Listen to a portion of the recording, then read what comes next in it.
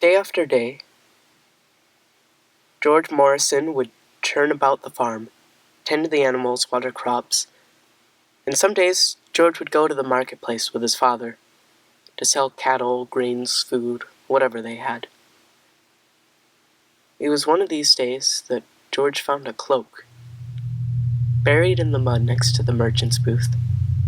He took it home and cleaned it off, and every time he wore it, he felt some kind of alienation, like he could stand apart from the world and watch it spin. He felt some force surge within him, felt it shining in his eyes. It made him cold and weary, but he loved it. At night, he'd put on the cloak and stare out his window, at the cave below the hill. He couldn't stay here anymore.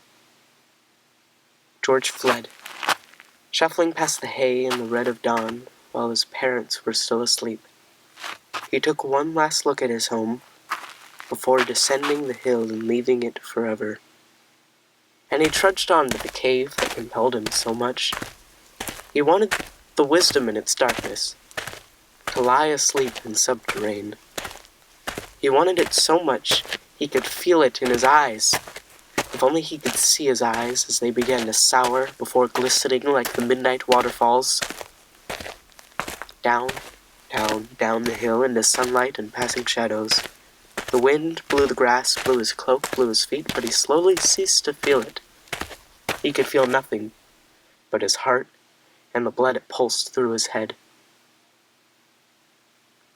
George was standing at the mouth of the cave, those castle gates among the desolation. He crossed over the threshold, and the gates closed forever. George looked back at his home.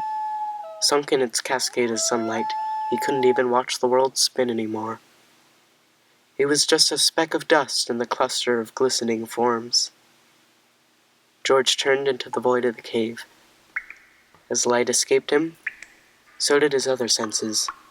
Even that blood in his head was gone, so that it felt like he was dancing on a sea of air. And at that moment, in the dark and cold of the cave, in the span of knowledge and eternity he saw before him, George was happier than he had ever been in his life.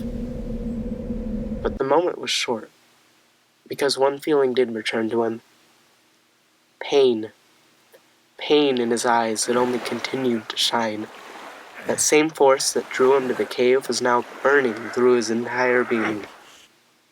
Like boiling water, temperatures rose higher and higher until the pot burst into flames.